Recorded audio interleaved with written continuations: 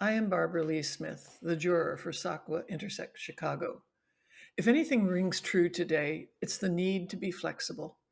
Such was the case for the SAQA Intersect event in Chicago. Over 200 entries came from artist members, and by late July, I chose 30 pieces that would work together in the 10 by 20 foot space. My directions were to choose work that showed a variety of approaches to the art quilt, to include three-dimensional work, and to focus on innovative concepts. I knew I could use only one piece per artist and that the number of pieces had to be limited. But my thanks go to the many artists whose work I was able to see. You have reminded me of how energetic and engaging the members of SAQA are. Having plenty of experience at this particular Chicago Art Fair, now under new management and with a new name, I imagined myself walking through the myriad booths and wandering along the outer perimeter to where the SAQA exhibit would be. I looked for work that would grab me and bring me into the booth, work that would challenge my ideas, delight my eyes, and show the many possibilities of what a quilt can be.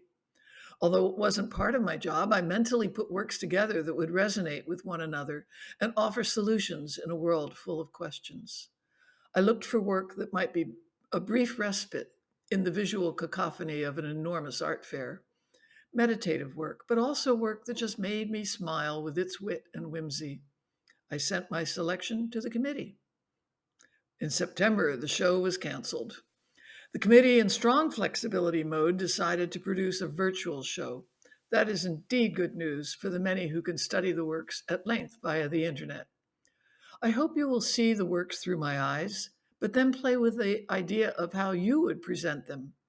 I suggest that you study them multiple times as if you spent time at the booth and then returned for a second or third view. To help understand each work better, I have relied on the short statements from each artist that I read only before I made the final selection. I often refer to them in my comments, so see what you think. The art of quilting is ultimately the work of the hand, so we begin here. Susan Else's textile platter reminds us of other cultures with its cloth-covered skeletal hands and symmetrical patterns. Here she is examining mortality and the meaning of the domestic objects that are handed down, there's that word again, through generations. When Redmond honors the hand in a larger than life portrait that suggests an object within a reliquary, piecing together to make a whole reflects the quiet, conscious moments of art making. There were portraits of many varieties. Aunt Jin looked right at us as if appraising what she sees. Amid a riot of color and pattern, she remains still, inspired by family photographs. Margaret Abramshe recalls stories and emotional connections within her work, this of her favorite aunt, Virginia. A woman began to emerge when Mae Stevens was painting on silk, appearing, as the artist said, as if waiting for something to happen, and, as she notes, like waiting for the epidemic to end. This is not the first quilt that we will see that speaks to our particular time. We will see more. Sarah Blanchette's "You Must Be So Embarrassed" makes me want to write a short story. She writes that through repetitive acts of hand sewing, quilting, and manipulation of the self-portrait, she is documenting coming of age in a digital world, a journey of growing into the autonomy of womanhood. And from the wisdom of the young to another story, a collage of imagination, as Marie Bergstedt calls her work. A grandmother she once observed at a wedding sparked her interest. She writes, "It was the wedding she had dreamed of where the females reigned. Perch yourself on your highest stilettos and march into your destiny." Indeed. Kathy Nida writes about part-time Oasis. You see an oasis in the distance. It provides respite, peace, a place to go and leave all the rest behind. Some imagine a spa, a quiet room, a lovely beach. I imagine you. This work, with its fascinating inside-out details, examines the complexity that is also part of every oasis. Nothing is as simple as it seems. Hats don't fit is a response to something Clara Nardi's daughter told her. The artist was struggling to wear a baseball cap with her afro. Her daughter's comment, Mom, hats don't fit our hair, raises the sometimes not so subtle ways that society expects women to conform by providing certain services and products tailored for a specific body type. And so called fashion styling, a standard baseball cap, just won't work for Afro hairstyles.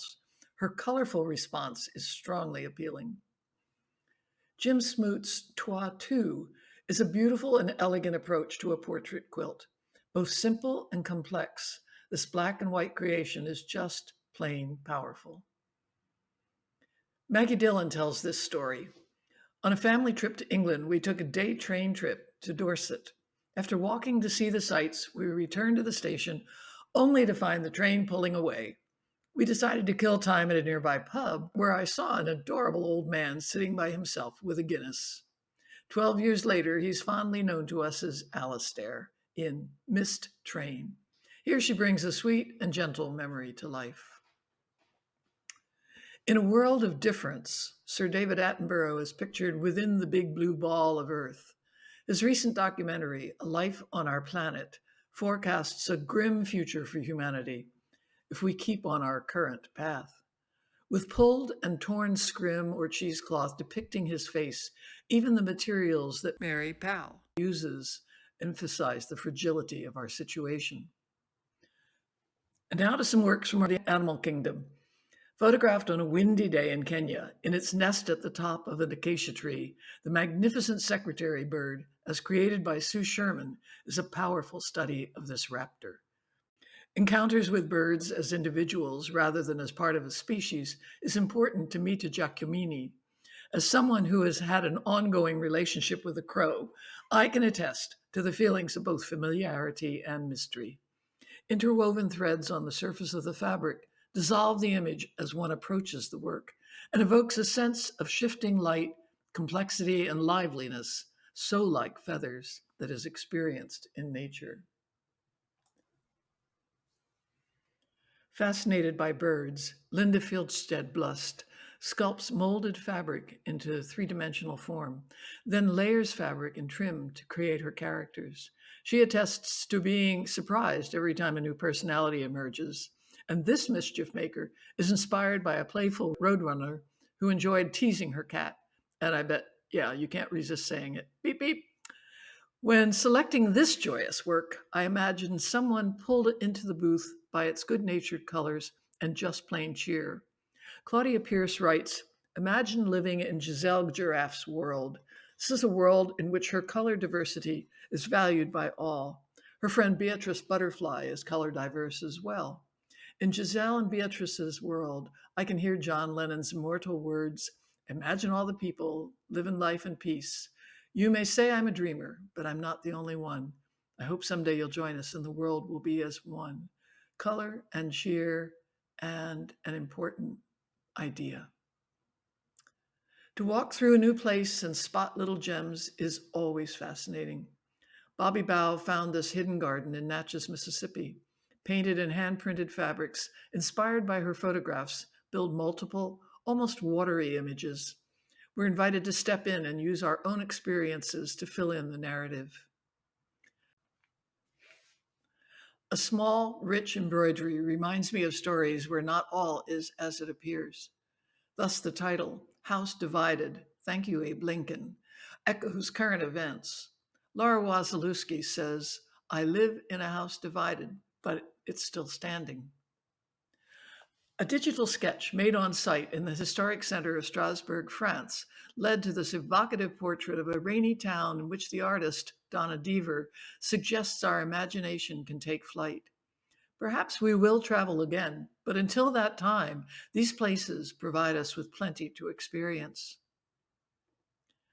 Strong color and bold shapes invite us in for a tour of shops and structures, symbols of spending, images of desire, and all the craziness of wanting and buying. Deb Cashatt simply says, here's to shopping. Located in Turnagain Arm near Anchorage, Alaska, the coastal land of Bird Point was lowered by an earthquake in 1964. The lower-lying trees were gradually killed while their ghostly forms were preserved. Quiet, relentless lines of stitching echo the force and persistence of nature. The artist of Bird Point Ghost Trees is Cat Laria. An encouraging work, this portrait of sorts of Flathead Lake in Montana, is by Lisa Flowers Ross. Using layers of color, she describes the way water is filtered to help keep the lake one of the most pristine in the United States.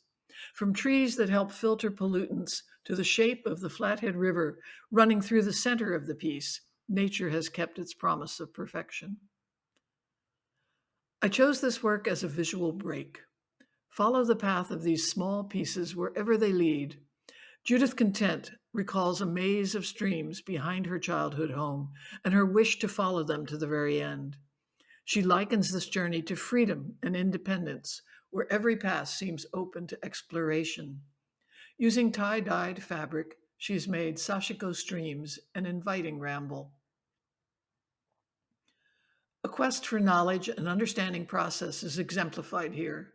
Counterposing two different piecing methods results in both texture and depth. Grayscale Study Number 2 by Michael Ross reminds us that continued study and practice of techniques and materials is a never-ending and rewarding exploration. It can be arranged as a scroll, a tangle of fabric, or a long work completely unrolled. They're Not There by Linda Colsh depicts the story of our mutual quarantine time. Begun as a story of migration, it was finished during lockdown, where the only free movement observed was that of the Canada geese overhead. History comes alive in Patty Kennedy-Zafred's White House guest book, inspired by hand-colored portraits of Native American dignitaries whom then President James Monroe invited to meetings at the White House. She has used dyes and print to make a quilted three-dimensional accordion book honoring these individuals. A potential commission led to an experiment using an actual edition of the New York Times. The basket was stitched from the paper, as were the bundles it contains, aptly titled Black and White and Red All Over by the artist Susan Lentz. Motivation for experiment can often come from an interesting commission. As the newspaper transformed, what we say and what we hear makes a big difference. Using text and calligraphy, Viviana Lombroso explores universal communication and connection in her Words Matter series. As artists, we're enchanted by the myriad materials we can use. Susan Bianchi goes all out, letting buttons and beads play the part of the river-worn stones and tumbled driftwood she experienced on the shores of Loch Ness. A work that glows from a distance, it rewards the up-close viewer with an abundance of texture. The appalling amount of fear, illness, death, political and racial confrontations we have all witnessed and experienced in the past year and counting have been motivation for some superb art making in all fields. Breaking the rules of traditional quilting, Rosanna Lynn Welter uses the reverse side of the fabric, leaves the edges raw, threads the color of political parties dangle. Stitching is rough. But still, the work is beautiful. As a portrait of 2020, Wrong Patch fits the bill. And finally, another quilt expresses what so many experienced recently. Using multiple layers of mismatched materials, Nancy Billings constructs small colored squares. Comparing these fabric layers to the layers of our lives and environments, and by comparing the stitches to our choices and influences, she reminds us that we are indeed hanging by a thread. The years 2020 and 2021 have surely reminded us of both the strength and the fragility of our lives. Thread, the ultimate core of fabric and the substance of connecting, mending, strengthening, and embellishing, is a perfect symbol for our lives at this time. These artists take us outside ourselves as well as help us dig deeply into our lives. And I, for one, am grateful for the art of thread during these trying times. Thank you for inviting me to work on the selection process for Intersect Chicago.